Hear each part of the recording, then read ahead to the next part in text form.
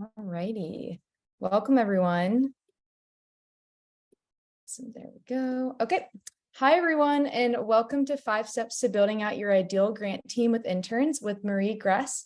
For those of you who don't know me, my name is Deanna, and I'm the Partnerships Marketing Manager at Instrumental, and I will be your host for today. In case it's your first time here, this free grant workshop is an Instrumental partner webinar. These are collaborations between Instrumental and community partners to provide free educational workshops for grant professionals. Our goal is to provide free educational workshops that often tackle a problem that grant professionals have to face, while sharing different ways that Instrumental's platform can help grant writers win more grants. In case you don't know, Instrumental is the institutional fundraising platform. If you want to bring grant prospecting, tracking, and management to one place, then we can help you do that. This spotlight is being recorded today and slides will be shared afterwards, so keep your eyes peeled for a follow-up email later in case you want to review anything from today.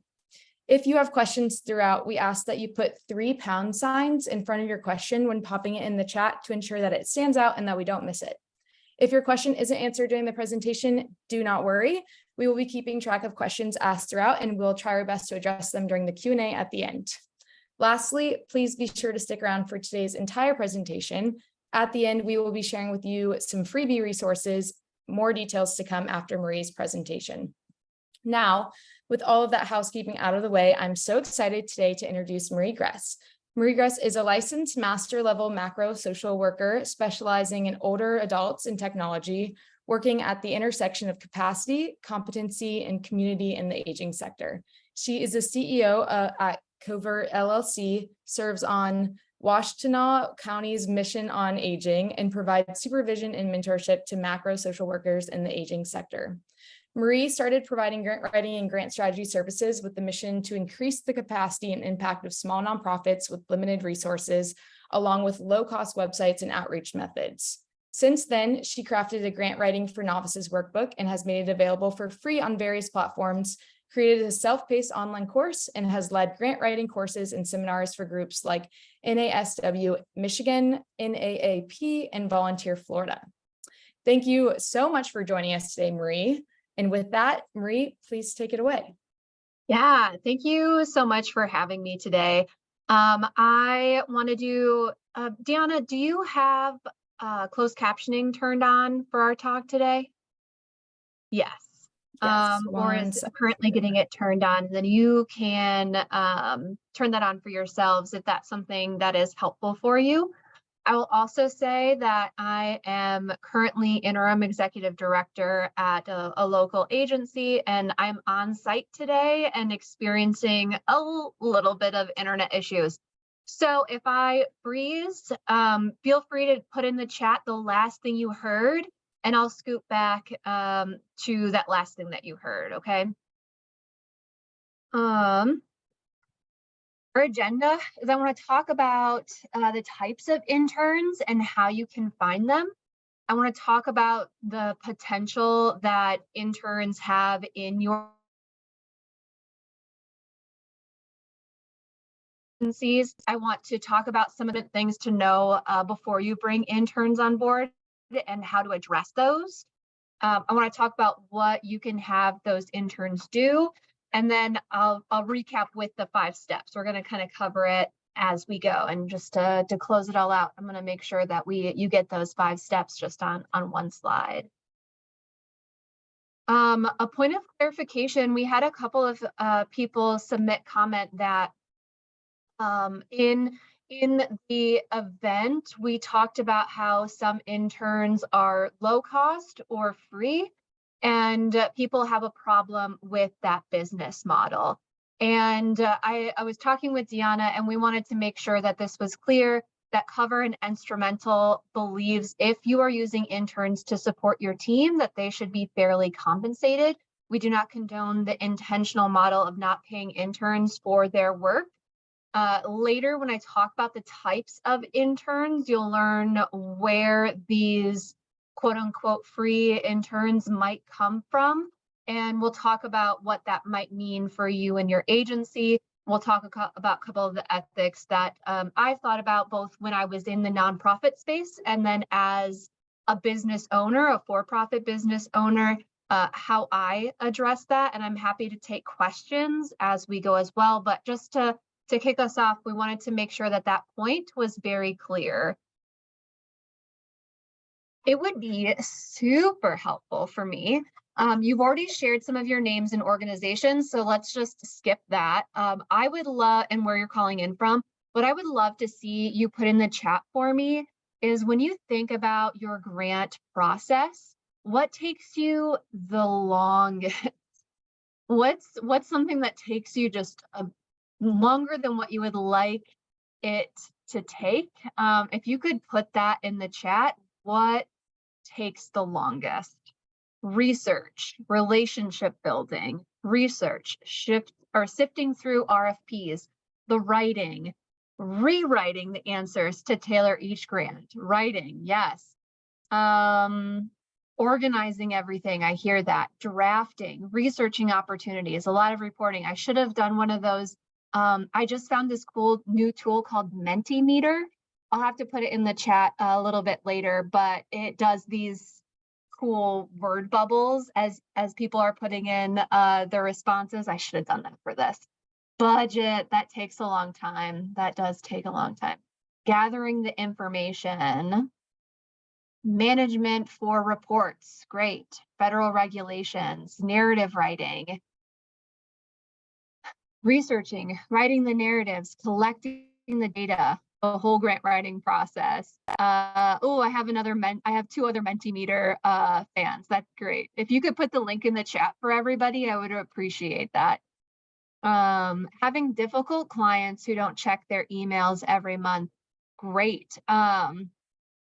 Actually, another question that I don't have on here, if you could put in the chat, if you are a nonprofit or if you are a consulting writing freelancer or agency, so nonprofit versus your kind of independent work. That will help me frame some of the examples that we'll be going through today. Lots of nonprofits, that's great. Grant manager, consultant, awesome, awesome, awesome. So we have a mix, but it looks like mostly nonprofits. Okay, awesome. If I lean too much into nonprofit examples, consultants, feel free to drop a question in the chat. So I'm prompted to make sure I'm gearing some of my examples towards the work that you're doing as consultants and freelancers. Awesome, because that's the work that I do and how I use my current interns. So I'm all about it. All right, so my next question for you, if you have used interns, what is a difficulty you've had? I would love to address some of the challenges that you're experiencing, because I've worked with a lot of agencies on supervision with interns, with other staff members too, but building out these kind of programs. And I would love to address some of the challenges that you've been experiencing during this time. Training, you try to hire young first-year students who may have 3 or 4 years. Accountability, the timing of the internship and RFP dates. Oh, I've got a good suggestion for you later. The amount of prep time, the lack of grant education they've received. Yep. Haven't utilized interns fully. Lack of budget. Lack of motivation because many are unpaid. Yep. Not being aware enough of how the program aligns with the funder's mission. Time management. Yep. Committing time. Finding ways to pay them. They're temporary. They're nervous about training them. The time commitment versus value. Okay, great. Time management, they're temporary, complexity of your grants. Okay, awesome. Wonderful. I'm going to be trying, doing my due diligence to integrate your comments into the sections that this makes the most sense in. To get us started, I just want to level set about the type of interns that are probably best suited for grant work. Social work is my background, and social workers are primarily drawn to nonprofits. We're seeing more go into private practice if they're very clinical focused. But our social workers are going into nonprofits who could really benefit from grants to support the programs that they do. English is another one. They tend to not have educational programs that require an internship like social work does. So if you're not familiar, associates, bachelor's, and master level interns are all required to do some level of internship, some work site placement to get that real world experience that matches the theory and concepts that they're learning in class. And so that is a prime value for social work, which is why we see so many social work interns in this space. English is another really good one though. And because their internship isn't going to be connected to a program per se, like social work is, they are most likely looking for a part-time job. They're looking for a full-time job. They're hoping that what you have is going to turn into something more permanent. And these English people are really good at storytelling, and same with journalism. Something I've noticed about English and journalism focused people is that they really get the storytelling piece that sometimes we have a hard time incorporating in our grants, whether it's just not the way we've written before, or maybe we just don't have space for it, because some of our grants are character counted into a very small space. And these English and journalism people know how to write these narratives. They do a really good job, even with proofing and editing. We'll get to some of those tasks, excuse me. We'll get to some of those tasks later, but English and journalism, other good ones to look at. Public health is similar to social work. Sometimes there is a volunteerism requirement in their field. Other times they just really understand how this policy level stuff impacts how services are delivered. They understand and have a passion for that equity that needs to happen for our healthy communities. They understand that transportation impacts learning and impacts jobs, which impacts how much you make and how you're able to financially afford things for your family. There's other great examples. If you've worked with other types of interns that have been helpful in your grant writing, feel free to share them in the chat. I'm sure other people would love to hear the type of backgrounds you look for in your intern.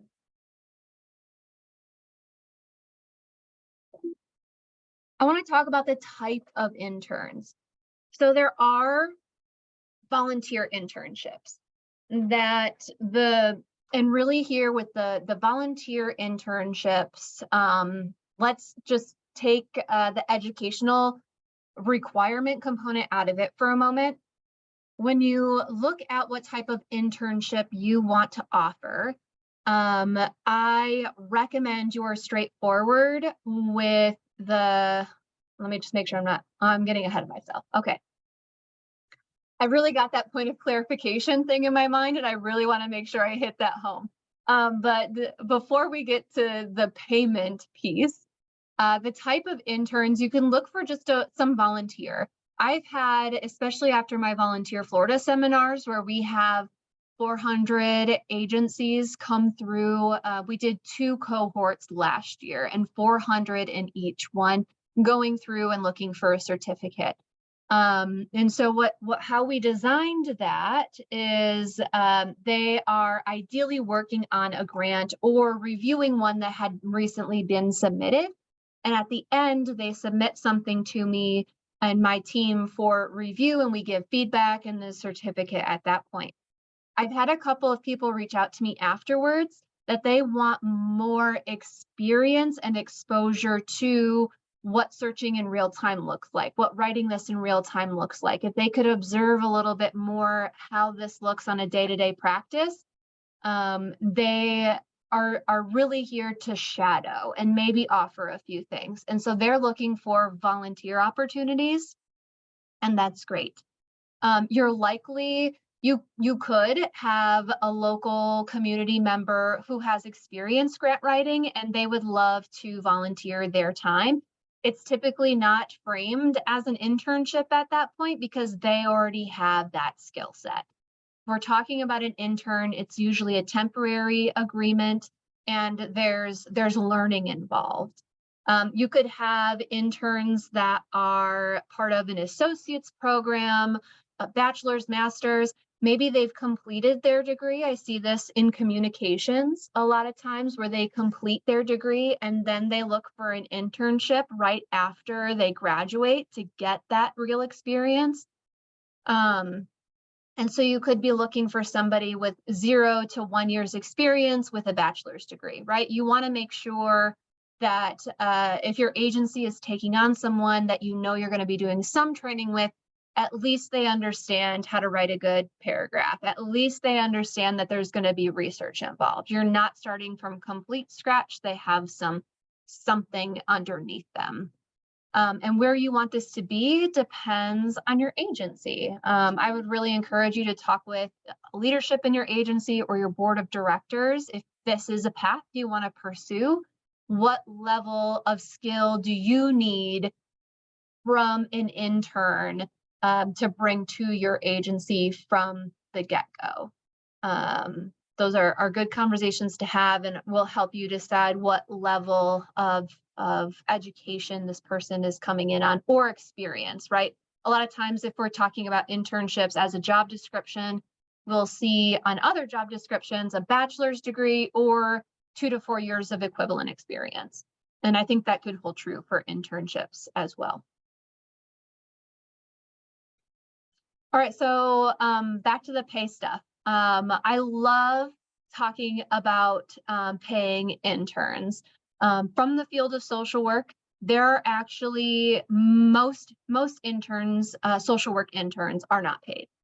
And I love having the opportunity to kind of take a little soapbox moment and talk about this.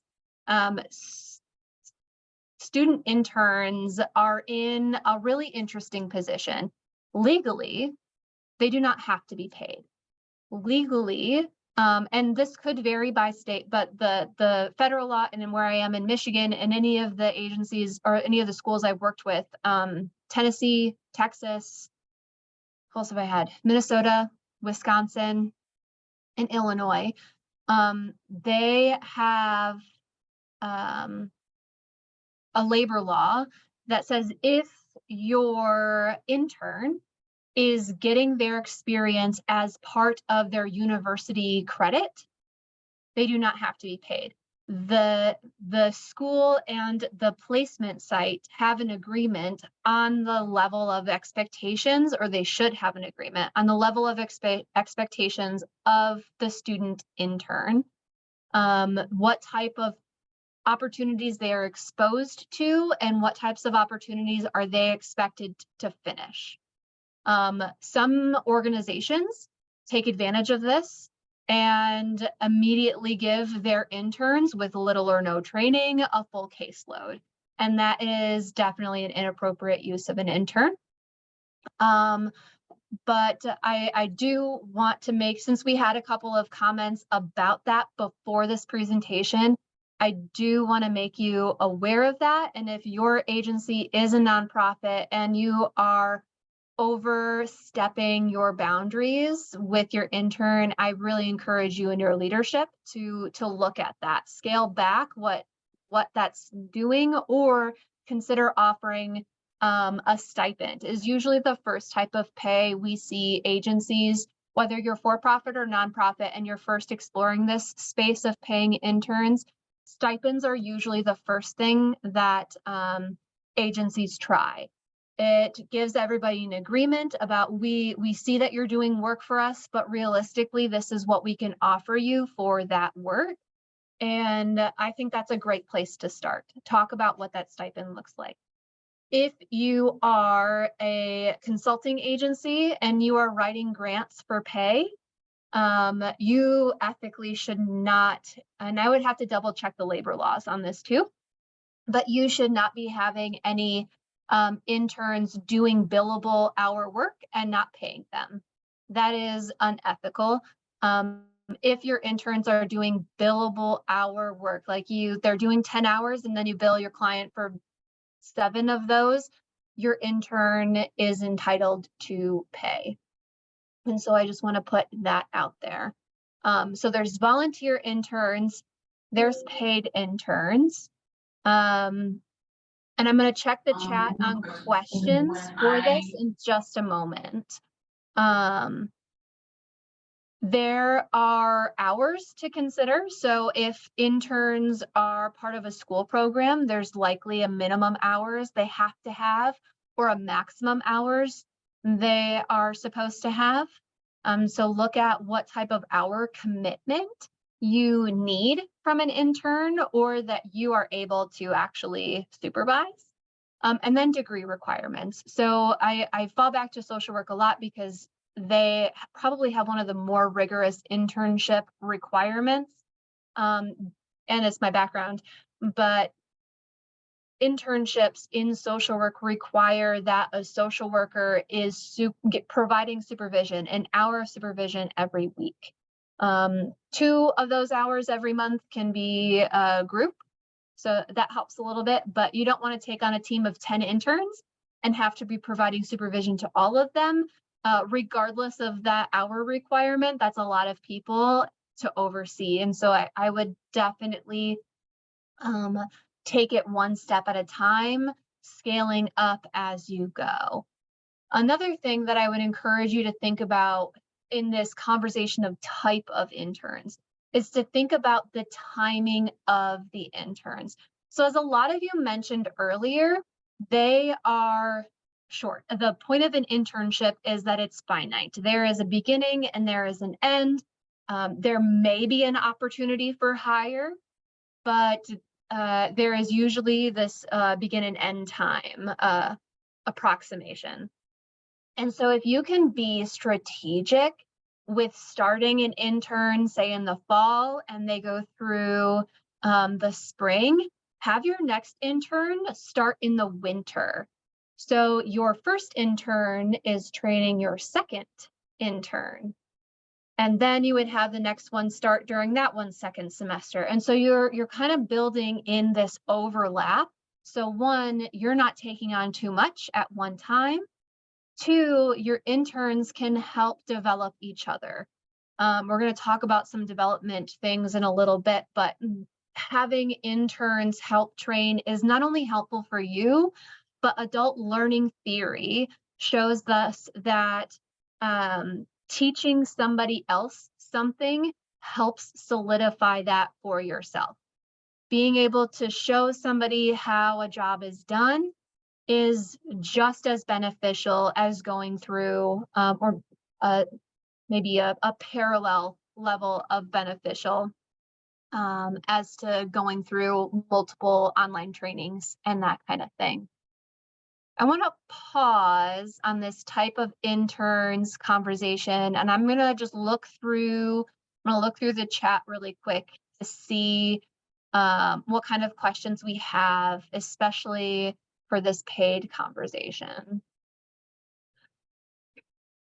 MF says, I participated in my first grant writing initiative with a nonprofit, and I've been a communications fellow for 8 months. Great, communications is awesome. As an active fellow, I agree. There is always a desire for me as someone with a bachelor's degree to receive introductions for building relationships. I'm 30. I've been through 2 internships and unpaid. And as a millennial, it's difficult finding financial stability with a W-2. Vermont, Danny says Vermont law requires that interns receive compensation. That's interesting, Danny. I'm going to make a note of that, and I want to look in to see how the schools of social work in Vermont are handling this issue. If you're in the social work space, I can tell you a new movement to follow is called payments for placements. I'm in Michigan, next to Eastern Michigan University and the University of Michigan, and they have this initiative going. It actually started at U of M. And one thing that the students are are asking is that the school helps pay their internship. It shouldn't all be on the nonprofit. That's not a sustainable ask, and it's not an ask that they can make and see immediate change. But the students are paying per credit hour, but only having to do a portion of that time in class. And so if some of that credit hour pay can be given back to the students as stipends, is just one of the many methods that they've been talking about. In NYS, New York State, you don't have to pay interns who are getting class credit, but you must pay them if it is experiential, not part of a class. Yeah, Krista, I agree with that. A stipend is different than a wage, Mark, and don't quiz me on labor laws in this very moment, but a stipend is usually given at the end of a period or can be given monthly for certain things. So sometimes you hear about a health stipend or an internet stipend, a phone stipend to help cover those specific costs. Otherwise, a stipend can be provided later. At some financial level, and I want to say it's around 600, but that might depend by state. Stipend then becomes a W-9 and a 1099 contractor position. And so those are definitely things to dive deeper into as you start having these conversations in your agency. Public health students also need internship hours and are similar to social workers, but at population level. Oh, we're already halfway through the time. Thank you, Deanna. Okay. Okay, I'm gonna move on. I saw a couple of questions on investing in your interns and what are some other ways that we can get them trained and things like that. I'm going to go a little bit more quickly through the next slides. But I have here, you can look back at this. These are different ways to invest in your interns or other supervisees, everywhere from direct financial to the type of work that you're giving them. If you're giving them affiliations, indirect and career advancement, those are all things to consider as you are working on your own internship program. The best way to get interns is with university partnerships. They either have these internship programs that we've been talking about, or they have professors who are keeping an eye out on who is solid or who could use a little bit more experience. And so having those relationships with universities, I personally have found very beneficial. It cuts down on the interns that need a little bit more coaching on timeliness and work apparel, so I can focus more on the actual content that they're producing and how they're doing their job. When you are doing interns, it's really tempting to just say, yeah, sure, join us, like they're a volunteer or something like that. And while there are volunteer grant writers, I really encourage you, if you're bringing someone on your team in this more intentional way, that you actually follow, part of your structured interview process. You are making a commitment, and so you should know a little bit more about what you're getting into. So two challenges that I have gone through when working on my internship programs are the training time and the actual management of interns. And those would probably summarize a lot of what you guys were saying too. Making sure they know how this whole thing works, that they understand the complexity of my grants, the complexity of my organization, that they understand the grant writing process, et cetera, et cetera. And then the actual management of interns. For some people, management comes fairly easily. They treat it like a coaching or a mentorship opportunity, and that's what I would encourage you to do.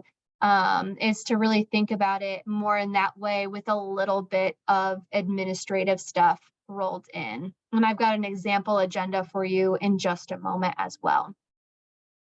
My advice around training is before you bring an intern on board, to make sure that you have already organized your materials, because there's nothing more frustrating than when someone can't find something and they keep knocking on your door every 5 minutes to find the thing that you thought you had and you didn't put it in the right spot and all of that stuff.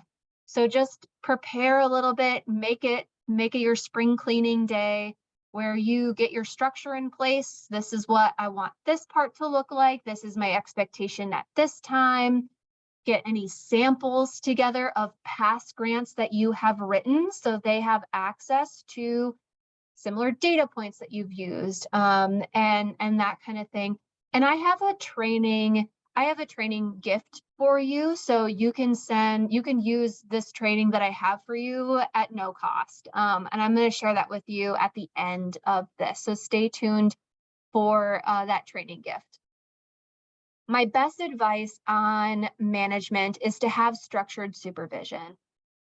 Interns already social workers are already required to have that for about an hour a week, but even just 15-30-minute touch points is super beneficial, especially if you're remote. My interns have found just our 30 minutes every week, who aren't social workers, to be an excellent time to come to me with questions. I make them prepare an agenda, which is what I have for you here.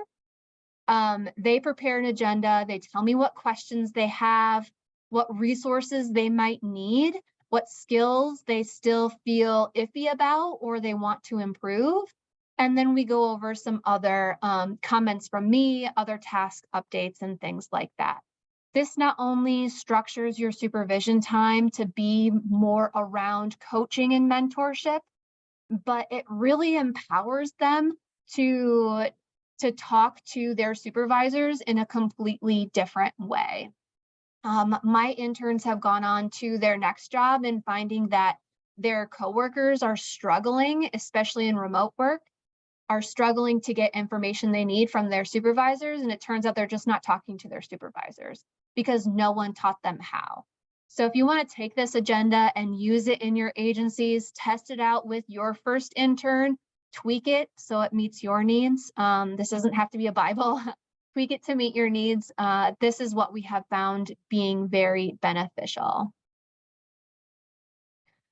I want to talk about some benefits for your interns, right? Most of this that we're talking about today is how it can help your agency. If you're doing this right, how this can help you in the work that you do. But interns are coming to learn. That is the point of the internship, that they are gaining experience. And so you are providing that for them. And coaching them along the way is going to show them so much more than they would ever figure out if they were just watching YouTube video after YouTube video or going to various webinars or watching replays, right? So they receive this coaching, they receive this mentorship, they get a lot of support. And one of the big things that I find is modeling. You're showing them how things work. You're showing them how this happens. And some of that is just cultural, organization culture. You're showing them how this happens in a real life setting. It's not just A, B, C, D, we're done. There's this back and forth. There's these nuances and what a healthy agency looks like, what a healthy position looks like. And those are things that you get to offer and they take on to their next placement. They take on to their next job. And hopefully down the line, we're seeing that improvement and that change in our agencies. I just saw Scrum in the chat and I love that you did that. I love Scrum and I love Agile. If you're not familiar with them, I use a project management tool called ClickUp. And ClickUp has these very helpful blogs that talk about Scrum and Agile and some other project management methods that are actually very helpful in managing your team on top of just managing the tasks. Agile and nonprofits, great. Thank you, Yvonne. Oh, and we have a ClickUp lover. I like saying that.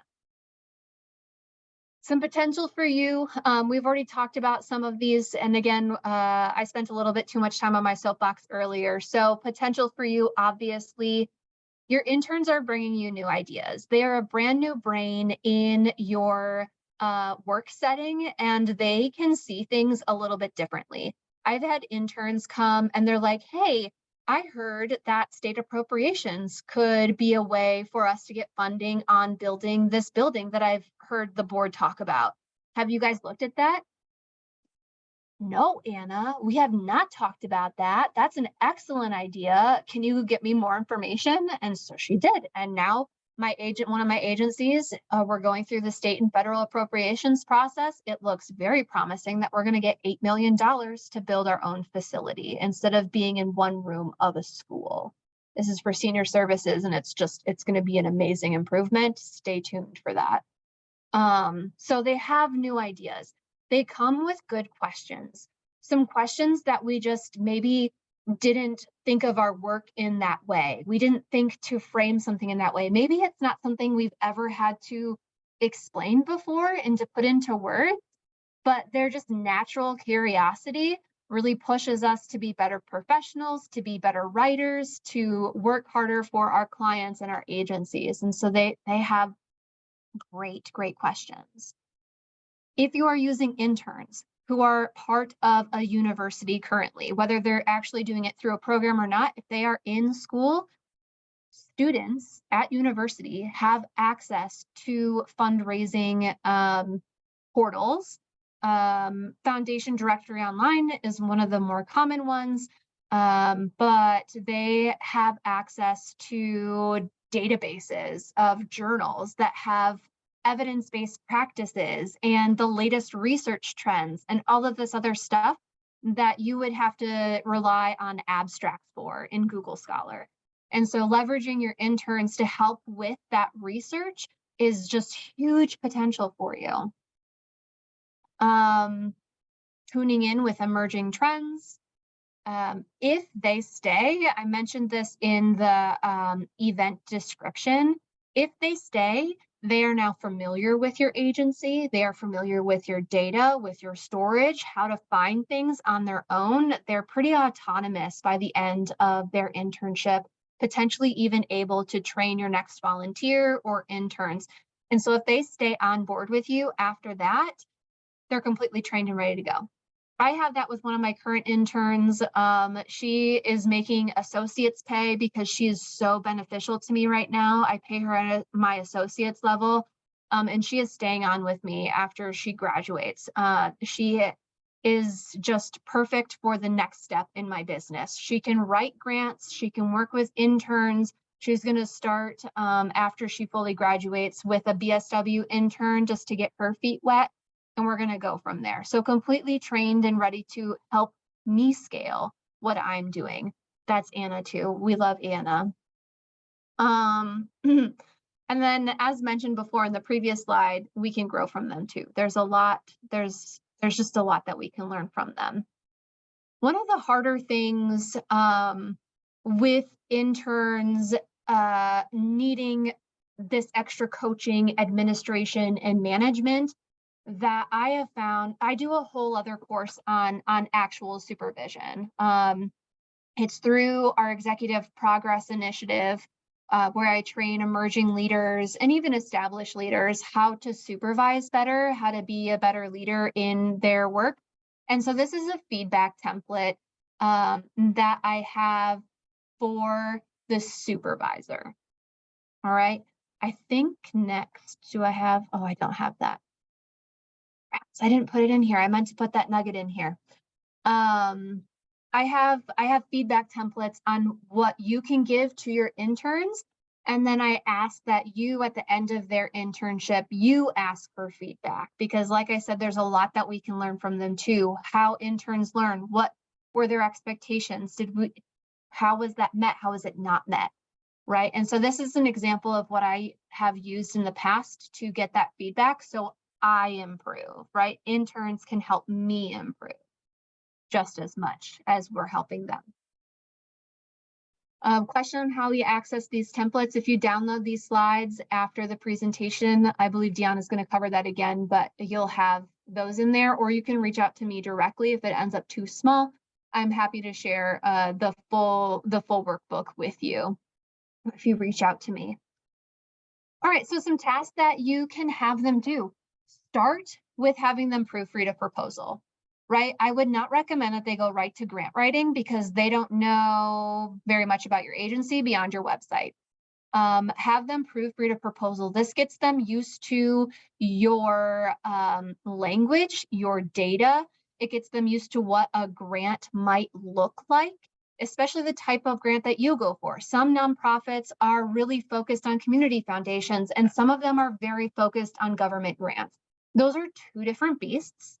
And so allowing your interns to proofread first allows them to take the next step in researching more about the population. Okay, so now I understand this is happening with your project, and I can research if there's been other interventions like this. And that gets them deeper, doing literature reviews for you and things of that nature. A literature review, if you're not familiar, is a synthesis of information. So if we're going to look up stuff on home delivered meals, they'll write 1 to 2 pages based on research that they found in their databases and journals and things like that on data points you could use on home delivered meals, just as an example. So they can research your population and research your intervention. They can start obtaining quotes for program costs. I typically don't have interns write budgets. There's too much that goes into that, and there's a lot of administrative things that I need to figure out formulas for. However, if there's program costs that I know that I'm going to have, can you find me 3 quotes for a desk? Can you find me a quote for a power washer? We're working on an initiative with a nonprofit that uses football coaching as a way to build life skills. He wanted like one of those, I don't even know what it's called, but you know those things that you see quarterbacks like run into and they have to like push this fake person back. I don't know what it's called. And so I asked my intern to look up 1, what it was called, and 2, what it might cost. Blocking fled, thank you. Brainstorm your smarter goals and objectives. Integrate your data into a narrative. So at this point, you're getting them practicing those skills by starting to write the narrative. You see how we're building up to that point. And interns are so helpful at leveraging technology, especially if you are if you're using younger interns, they're likely, and university interns, they're likely learning emerging tools that are super helpful. And the best example, one of my 2 examples for you, is ChatGPT. So if you have not used ChatGPT, I have used it to help with logic models. I've used it for SMART goals. And it was my intern's idea for me to explore this. It had been on my shelf ever since I heard about it. Maybe I should look into this. And when she mentioned it, I was like, okay, I'll look into it. So I asked it, what are 3 SMART goals that we could adopt? And you can see how it starts giving this example. And it actually gave me all 3. We could ask follow-up questions to adjust it. Never just copy and paste from ChatGPT. It is a copy paste tweak kind of tool, but it can be very helpful, and your interns know some of the things that are out there. Another tool that I have had my interns leverage on my behalf is actually Instrumental. And so actually I'm going to turn it over to Deanna.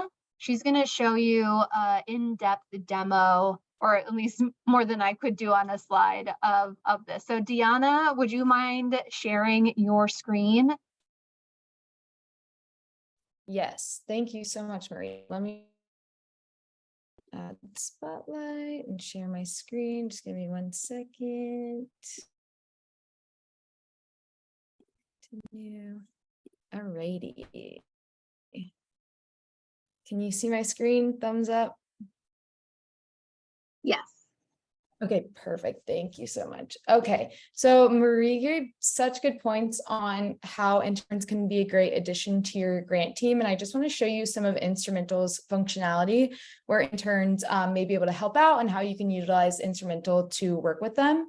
And so here we have on the screen is your Instrumental account when you log in.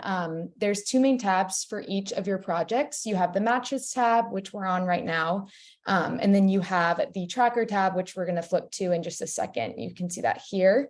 So starting in the Matches tab, here you will see all of the opportunities that Instrumental has matched you for a specific project.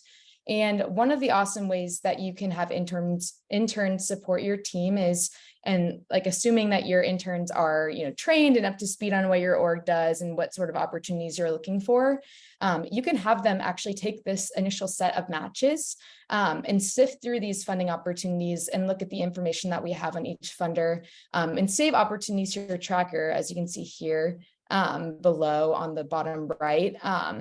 So basically having them narrow down your matches even more. So you have, less matches to work with that are really good fits for your organization.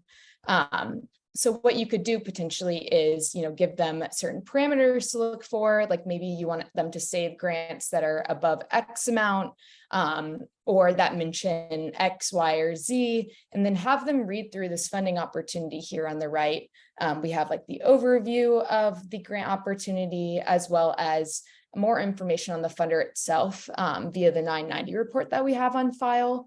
And this is an awesome opportunity for them to read through and really sift through all of the data that we're providing, whether that is their average grant amount that this funder is giving. If you scroll down, you can see more information on their grant amounts, past grantees. This is an awesome one to have interns help out on, having them look at other organizations this funder has given to and seeing if they align. So having them, like, let's say, click into all of these different organizations. And then you can have them, depending on if an opportunity is one that you want to move forward on, you can have them type in what they saw in this funder opportunity that really stuck out to them and why they think this might be a good opportunity for your organization to, really go for, and have them actually save this opportunity, which will go into your Tracker tab, which I want to show you now. So moving into this tracker, the other side of Instrumental, here is a really awesome place just to see all the things that you have going on for a certain project. And one of the challenges of award management and grant management in general is just keeping track of everything and keeping everyone on the same loop and getting all of your stakeholders involved in the process. And so that's really what this tracker is intended to help with, and have like a central area of truth where all of your opportunities lie. So let's see here. I'll give you a visual. So here is the opportunity. One sec. Here's one opportunity that intern thought was really great. They saved this opportunity and added it here. Here is the actual opportunity card that you have for this funding opportunity. And this really just keeps track of all the information about the funder that did with this opportunity, so that you can really, stay up to date on all the things that you need to do in order to win this money. So what I'll show you here is we have in this opportunity, we have the funding opportunity overview. There's here for experiencing a little bit of a lag myself with internet. So excuse me if this is not loading as quickly as I'm talking about it. We have an area to put dates and amounts, like when you want to submit, how much you're requesting. There is a tab here in resources.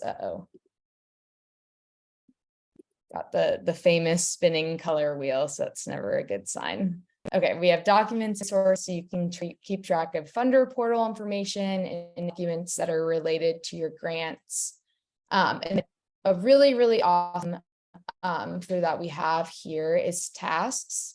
And this is really where I see your interns getting involved with. And this is tasks associated with the funding opportunity. For example, we have one task set up here, which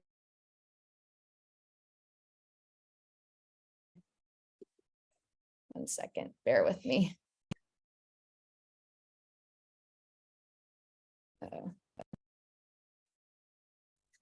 Sorry about this, y'all. My internet is really choosing the wrong one to not be cooperative today. Okay, so hopefully you can see this now, but clicking into a specific task, you can see a task type. We have everything from pre-submittal of a grant to all of the post grant management tasks that might be involved in your funding opportunity. You can have a description. So for in this instance, the LOI is due on May 30th, and then you have the deadline here. And then you can actually assign different people and have different collaborators added to a task. So let's say you want to add one of your interns to your instrumental account, you can actually assign them this task and they'll get emails associated straight to their inbox so that they can stay up to date on all of the things. So just want to show you a couple final things before I hand it back to Marie to finish up, and so we can jump into the Q&A. But another really, really awesome feature that we have here in Instrumental is the report option. So we have 4 different reports that you can pull and download from your Instrumental account. And this is really, really awesome, specifically for folks that you are reporting to or that might not have access to your Instrumental account. Let's say interns, like you have a bunch of interns that aren't on your actual account. You can pull these really awesome reports of tasks and contacts and whatnot. And there's clickable links in there that folks can access and make sure that they're up to date on all of the things. So that is another really awesome way that you can have interns be involved. But that was a lot of information at once. And again, sorry for the technical difficulties. I will link here in the chat in a second an opportunity for you to create your free 14-day trial. If you're interested in trying out Instrumental for yourself and seeing what it's all about, I will pop that in the chat, as well as best practices page, which has in-depth videos for all things on how to use Instrumental. So going into more depth on the little things I touched on today, if you are interested in seeing more there. But with that, what I'm going to do is share my screen, and I'm going to pass it back to Marie here in just one sec. Actually, pass it back to you, Marie, right now. So just to recap, we covered a lot of different things today around how interns can help you and how you can help interns. I want to just make sure that we're gonna simplify those 5 steps that we promised in the title, so we're not just clickbait. We can actually say this is what we covered. So first, if you're ready for an intern, you've done that pre-work, start asking your trusted sources to refer interns to you. So university partners have been an awesome source for me. Perhaps have some other trusted sources to help you find your first intern as you develop your program. Interview any candidates that you have. Really treat this like another job, another position that you're filling. Interview those candidates so you're on the same page about what's going to be expected and what's going to be expected on both sides, really. Train those newbies, and everybody as they're coming into your agency is going to be new in some way. So maybe they've had grant writing prospecting experience, right? Maybe in their earlier years, they've had some work doing that. Maybe they've worked on narratives, but they haven't searched for new opportunities and started building those relationships with funders. So maybe you have them train up more in that arena. Give them assignments. Start with some of those proofreading things, move on to writing, do prospecting when you're ready. I wouldn't recommend, so when it comes to prospecting, I definitely use my interns to help find new leads, and maybe they initiate a conversation But I strongly recommend agencies be in charge of that relationship. So if this intern is not someone that you are going to be keeping, I would build the relationship with the program officer initially yourself. But have them shadow that experience still, because that's really valuable to see and bring to other agencies. Give them feedback, ask for feedback, and then repeat this process. These are the 5 core steps that we work on at Cover. If you can go to the next slide, please. And the most interesting man in the world has these encouragements for you, because you got this. Interns positively impact your grant processes. Interns can positively impact your agencies, and utilizing interns is completely doable. If we need to have another conversation more in depth on supervision of interns, I'm here for it. If you want to have more conversations about how I can make sure my intern is using ChatGPT ethically, I'm here for it. But utilizing interns is doable, and everyone's going to benefit positively from this relationship. And so I just highly recommend that you consider expanding your work using interns. Next slide, please. If you would like to follow up with me, feel free to email me directly. I don't have anyone. My emails, it's me. So if I respond, it's me responding to you. My main website is cover.org, and each of our initiatives have their own website as well. And so Grant Confidence, building an individual's or organization's confidence around grant writing and that process, is here. And then Grant App Review is another service that we use. We use interns to really get that work done for agencies. If you want us to review a grant application, that's one of the proofreading things that I have my interns start with, and it helps compensate for their internship. My LinkedIn address, and then of course, if you would like to use this code to start your 14-day trial for Instrumental, and a $50 off code here as well. Next slide, please. My gift to you is the Grant Confidence videos. Initially, when I made them, I called it DIY grant writing, because I believe anyone can learn how to do grant writing. I really, really believe that. And so I have videos available to the community at no cost. You are welcome to use them for yourselves. You're welcome to use them to train your interns. You can use these free videos as training for your team members to go through this process. Each video is its own button, and so you can watch it sequentially, which is how I made it and how I would really encourage most people to go through it. But every once in a while, you might just need a refresher or hone in a certain area. And so that link to that is here. As you go through those videos, it gives you worksheets from my workbook that go along with that topic. So my gift to you, I really want you to use interns, and I'm trying to make it as easy as possible for you. Deanna, do you want to talk about the freebie that Instrumental has today? Yes, absolutely. Thank you.